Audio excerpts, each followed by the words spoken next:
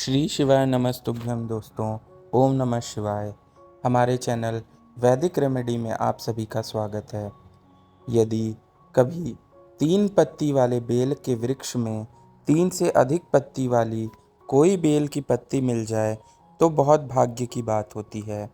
आज हम जानेंगे कि 4 से लेकर 8 पत्ती वाले बेल की पत्ती को यदि 3 पत्ती वाले बेल वृक्ष से प्राप्त किया जाए तो उसे कैसे उपयोग करना चाहिए कि घर में लक्ष्मी की बरकत हो। लेकिन इस उपाय को करने से पहले इस बात का विशेष ध्यान रखना है, जो बेल की पत्ती है वो 3 पत्ती वाले बेल वृक्ष से ही प्राप्त हुई हो।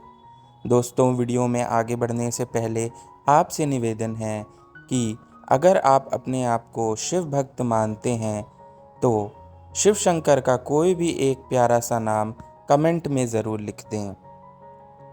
अगर 4 पत्ती वाली बेल पत्र प्राप्त होती है तो ऐसी पत्ती को ले जाकर भगवान शंकर के शिवलिंग पर समर्पित करना चाहिए और उस पर 4 लोटा जल समर्पित करना चाहिए। श्री शिवाय नमस्तुभ्यम का स्मरण करते हुए इसके बाद बेल पत्ती को उठाकर माता अशोक सुंदरी के स्थान पर समर्पित करना चाहिए और एक आचमन जल चढ़ाना चाहिए। अब वहाँ से भी पत्ती को उठाकर नंदी जी के पैर के पास रखकर एक मूंग का दाना समर्पित करना चाहिए। बाबा से आशीर्वाद लेकर बेल की पत्ती को उठाकर घर ले आएं और बरकत के रूप में पत्ती को संभाल कर रख दें। चाहें तो लक्ष्मी कभी भी कम नहीं हो सकती, बढ़ती ही चली जाएगी। अब हम दूसरा उपाय देखेंगे। क्या हो अगर हमें 5 पत्ती वाली बेल की पत्ती प्राप्त हो। अगर 5 पत्ती वाली बेल की पत्ती प्राप्त हो तो पहले जलाधारी को स्पर्श किया जाता है और फिर शिवलिंग पर चढ़ाया जाता है और 1 लोटा जल समर्पित कर दिया जाता है श्री शिवाय नमस्तुभ्यम का स्मरण करते हुए। फिर जब पत्ती को उठाकर घर ले आएं तो दरवाजे पर खड़े होकर भगवान शिव शंकर के गण भृंगी और श्रृंगी का स्मरण करिए और फिर पत्ती को बरकत के रूप में रख लीजिए। क्या हो अगर 6 पत्ती वाली बेल की पत्ती प्राप्त हो।